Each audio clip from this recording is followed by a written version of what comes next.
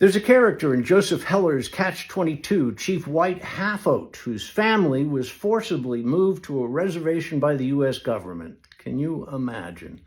And then the government found oil on that land, so they kicked them off. And when the government found oil on the land that they'd moved to, they kicked them off the land again. Pretty soon the government started following Chief White Halfoat's family to wherever they moved, so they could kick them off the land and drill for oil. Well, there's another guy in history, a real guy, whose story is a little bit like that.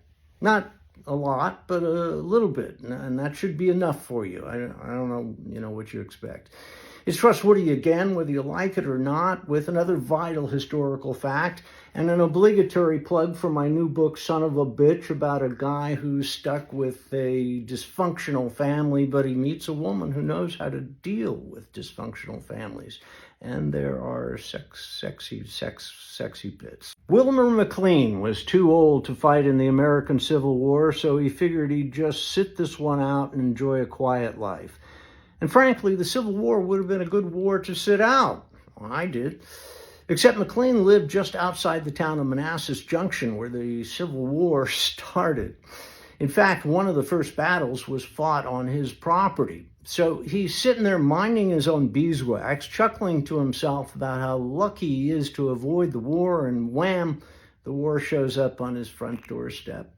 And it all continued to be a pain in the ass for him for months until he finally realized the whole war thing was getting on his nerves, and he decided to get the fuck out of there. So he moved his family south, someplace where he might find some peace and quiet. Maybe go fishing, whittle, open up a pastry shop. Okay, he didn't really open up a pastry shop. That was pure speculation on my part, based on an abundance of personal ignorance and bullshittery. So where did he move to? The little-known town of Appomattox. Then a battle broke out there. Well, finally, the Union Army commandeered McLean's farmhouse to serve as the setting for signing the surrender. Ulysses Grant and Robert E. Lee shook hands and signed the surrender in McLean's living room, which you'd think is pretty cool. They signed it. It's a historic thing and everything. Well, you'd be dead wrong again. After the ceremony, Yankee soldiers continually ransacked his place for souvenirs. Grant's officers made off with a set of chairs, and General George Armstrong Custer absconded with the desk that was used to sign the surrender. McLean was financially ruined, and all of his possessions were gone. He was forced to sell the home and find work as a federal tax collector, which might have been worse than getting killed in the war. Pissed off about it all, he would later claim that the war began in my front yard and ended in my front parlor. So what can we take away as the moral of this story?